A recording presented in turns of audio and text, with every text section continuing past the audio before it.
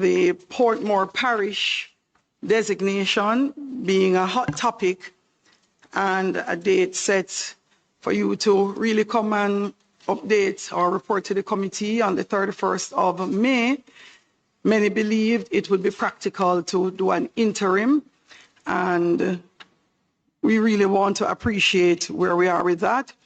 When we looked back at the mandate of the committee as well, I found persons asking if we were going to have more constituencies or if we would have only 63 constituencies.